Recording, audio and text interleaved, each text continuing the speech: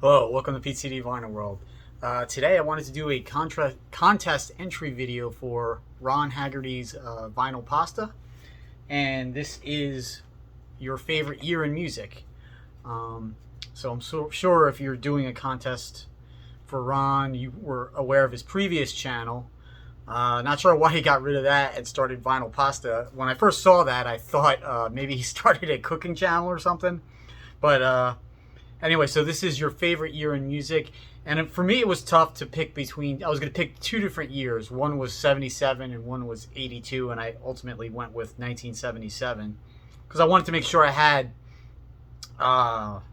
enough albums for all of the questions. And actually, one I don't. So the year I picked is 1977. So there's a lot of great albums released that year, including like the Sex Pistols debut, the Ramones, Pink Floyd Animals.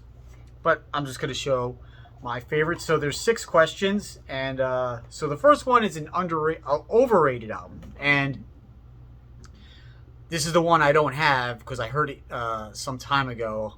Someone let me borrow it. It's Television Marquee Moon. I know this album is like highly regarded and well loved and everything, but I listened to it and I thought it was one of the most boring albums I've ever heard in my life. And I like all types of music, but I just don't think the album went anywhere. It was just whining and meandering. I know it's like one of those hipster albums that everyone likes and oh, it's so influential and blah, blah, blah. But I just thought it was a terrible album when I heard it. So, hey, not my type of music, I guess. Number 2, an underrated album. So my number 2 is actually Alice Cooper, Lace and Whiskey. Not a very much talked about album. So this album came after Goes to Hell, which I think is overall not that great of an album. That album is about half of the songs are okay. The one after this, From the Inside, a lot of fans regard as one of his best. It's actually not one of my favorites. I think the concept is kind of it's just too many ballads and there's not enough hooks on that album, so I'm not a big fan of that album. This one's really pretty much a straight ahead rock album.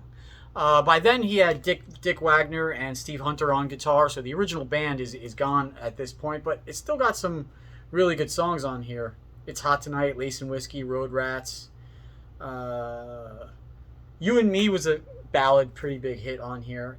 But overall, this is a pretty solid album. I don't think a lot of people talk about this one. Let's see. Number 3, a comeback album. So I'm going with the Kinks, Sleepwalker.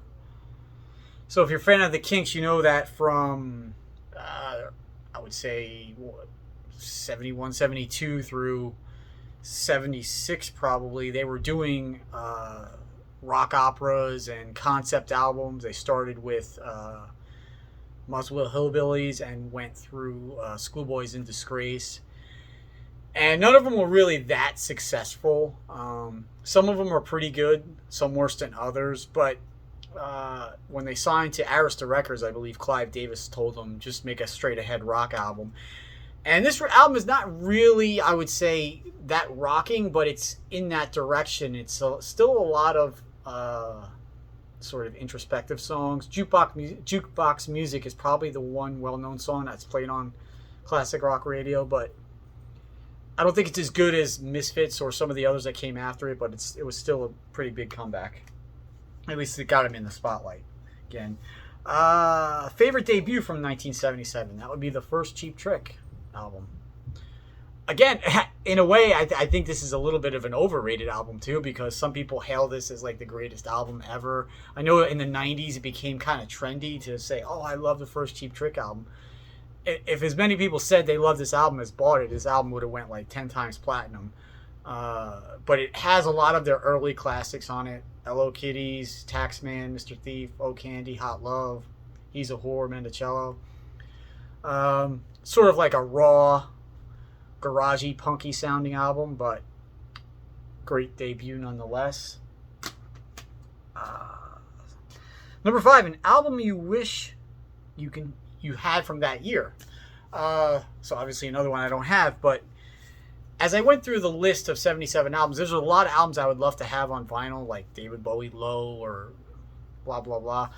But one that's difficult to get that I would like to get one day is the first release from Quiet Riot. They released Quiet Riot and Quiet Riot 2 only in Japan. And I don't believe they've ever been re-released, either on vinyl or CD, as far as I know. So those are kind of tough to get. You see them out there, but they are pricey. So that's definitely one I wish I had in my collection. And number 6, 5 favorite albums from that year. So before I give my 5 favorite, I'm going to give 2 that I think probably are the best albums from that year. I think that everyone can agree on, and that's Steely Dan, Asia, and Fleetwood Mac Rumors. I think if you're into vinyl and you have a turntable and a decent system, I think you need these albums, just even if you don't like the music too much, but the production value of them, they sound great. So I'm just going to throw those 2 out there before I give my 5 favorites. And my 5 favorites are in no particular order. It'd be hard to order them, I guess. But number 5, I'm going to put Little Queen from Heart. Probably their first really, really big album. I know their first one was big, Dreamboat Annie.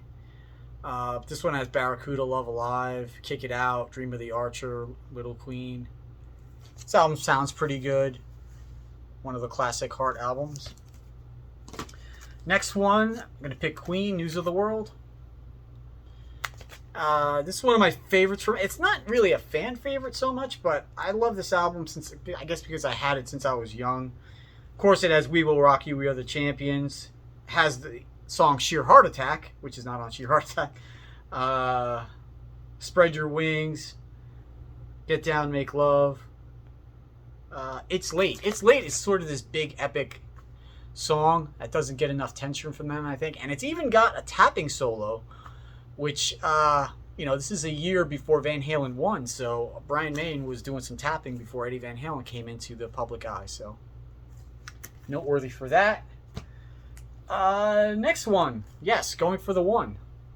Again, actually, maybe a bit of a comeback album for them as well, after Tales from Topographic Oceans and Relayer, which aren't my favorites. But this one, I think, is a real good, solid album. Rick Wakeman came back for this after being out for one album.